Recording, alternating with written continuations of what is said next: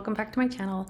I know it's been over a year since I made a video, and yeah, it's been crazy. I've been busy, and we don't have any family or friends in the area to help us with Nicola, so I just haven't really had a chance to make a video. Every time I'm like, okay, I'm gonna make a video on this day, and I plan stuff and I get everything ready a couple days before. When that day comes, something happens and I just don't get to make the video. But I have like about 2 hours right now before I'm supposed to go to the hospital because I'm having surgery tomorrow. So I was like, okay, if I don't make this video now, I'm never gonna make it, and I kind of want to document what's gonna happen. So I'm not sick or anything, but I'm going to have breast reduction surgery, and there's a lot that you guys don't know because I haven't been able to make a video, but last year, the week of Christmas, I was in the hospital. And I know some of my friends know because I posted it on Facebook, but I just haven't had a chance to make a video and tell you guys what happened. So I have a blood clotting disorder, antiphospholipid syndrome. It's like a autoimmune thing. And I didn't know that I had that, and it runs in my family. And when I found out that I had it, I talked to my dad's side of the family, and one of my cousins was like crying. She's like, oh my God, I'm so sorry I didn't tell you. And I was like, it's okay, you know. But yeah, like both of our fathers had blood clots and were on medication, and I talked to my aunt a few days later. She's like, yeah, I had blood clots too, oh my God. And I was just like, okay. So I told my doctor that, and then she tested me, because at first we thought it was just from the birth control. And because that when you take birth control, it's when you're over 40, there is a chance of getting blood clots, but we didn't know that I was at higher risk. So I was taking more than one pill a day as well, because my periods wasn't stopping, and I ended up going to the ER because it was so heavy. Like, I was wearing a diaper. It was bad. It was just like, this is ridiculous. I was at that point, I'm like, I'll have a hysterectomy. I don't care anymore. I don't want to deal with this.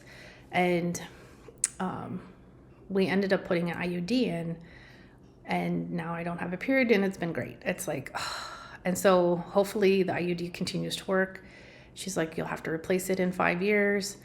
And then after that, when it expires, you should have hit menopause by that point, and you don't need anything, and you'll be good. And I was like, okay, cool. So I don't have to have a hysterectomy. But now that I know I'm not going to have any more children, I'm just like, it's time for these to go. So let me just kind of, yeah, they're just too big. They're really, so last year after having, I'm going to touch the table.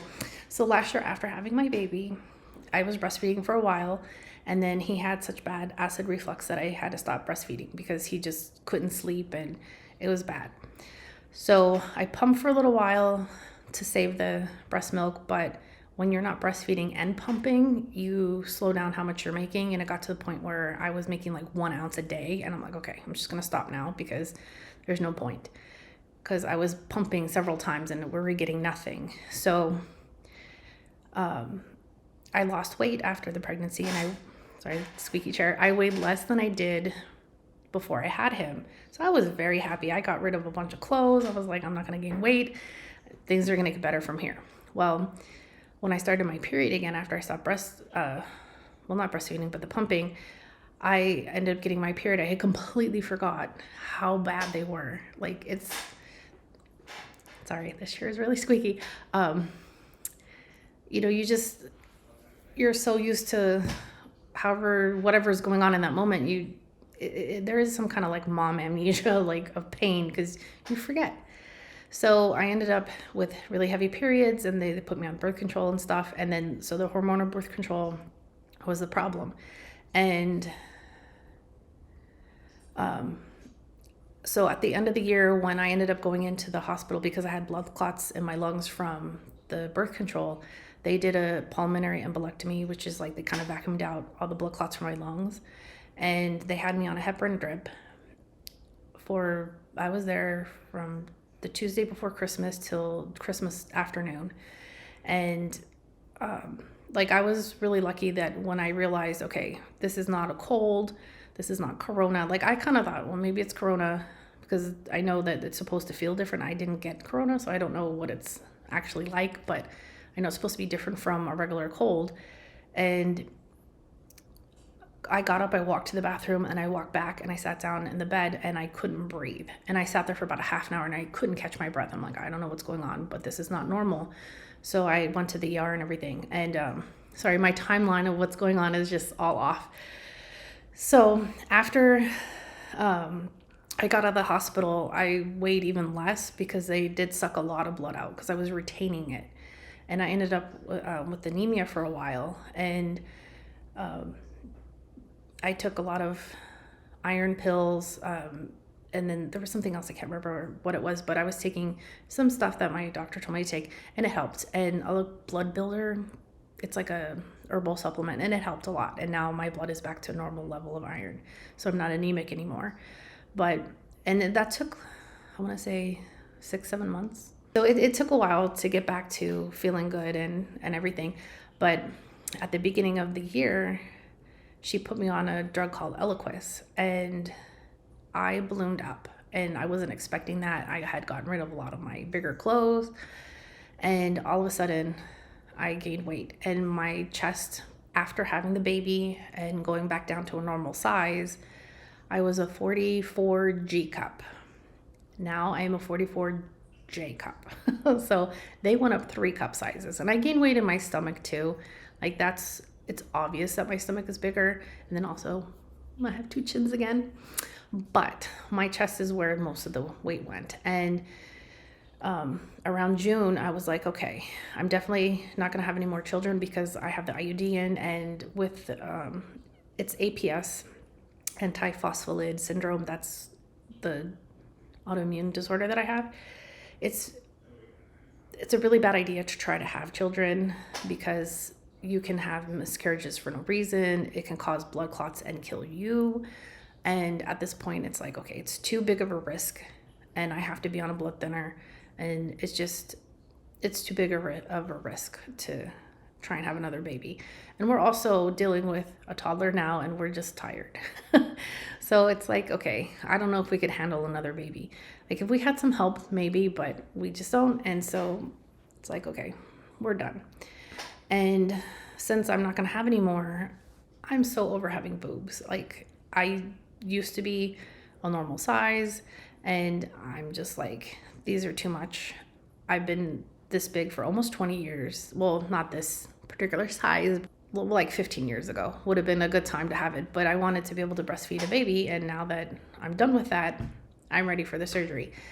And a lot of drama happened with that. I found a surgeon, and then my hematologist didn't tell me that I needed to be in the hospital after the surgery. Like it should be done in a hospital, not at a surgical center. She mentioned that because I told her, I was like, I want to have breast reduction. And she told me beforehand exactly what she wanted. Then I could have told the doctor and had them discuss it before we scheduled the surgery because we had time. And I was supposed to have my surgery on October 3rd. So 2 weeks before, I got a call because she talked to the surgeon and they canceled it because they couldn't do it at the actual hospital. And then the surgeon that I chose was pregnant, and she was going to go on maternity leave a few weeks later. So I think she's on maternity leave now. So she doesn't have time the rest of the year to do it. And I'm like, oh. So I was like, okay, I have to find another doctor. And I had seen a few doctors, and I called one of the other doctors that I really liked as well. And she's also pregnant and she can't do it. And I'm just like, oh my God. So my hematologist was like, well, there is this doctor, and he doesn't work for the Emory healthcare system, but he works at the hospital. Like that's where he will do surgeries, the one that's near my house. And I'm like, okay, she knows him. She's met him a couple times. I'm like, all right, I'll see if he can do it. And he can, and I'm having it done tomorrow. So I'm excited about that.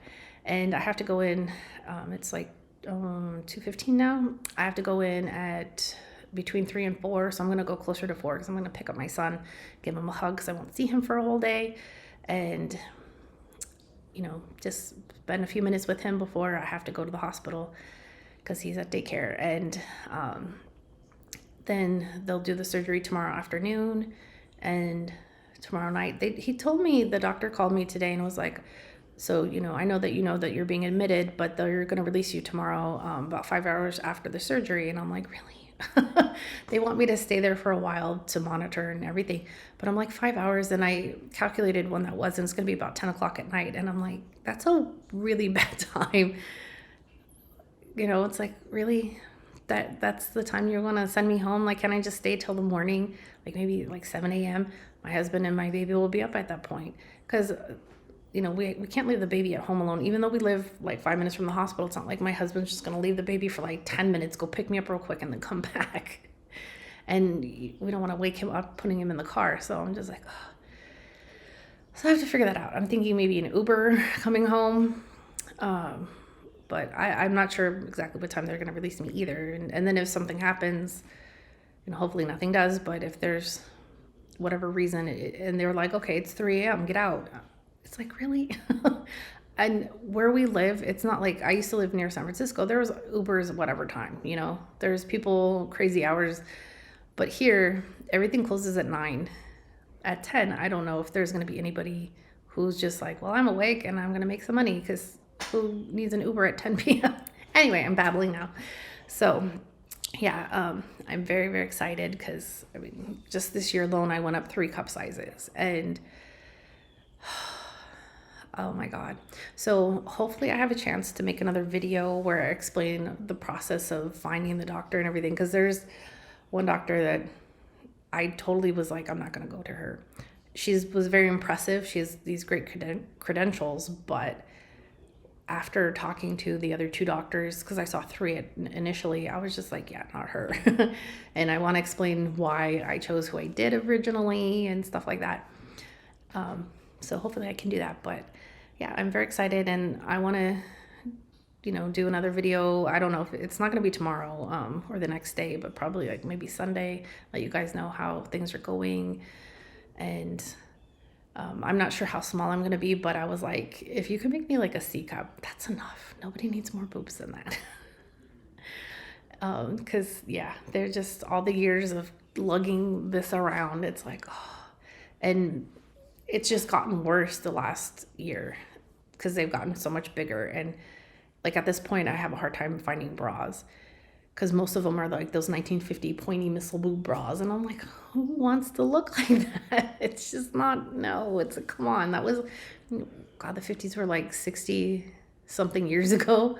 So it's like, could we do better? Like, technology has changed, and smaller bras, they make different styles, but for bigger bras, it's like, you get to have the 50s bra. It's like, why?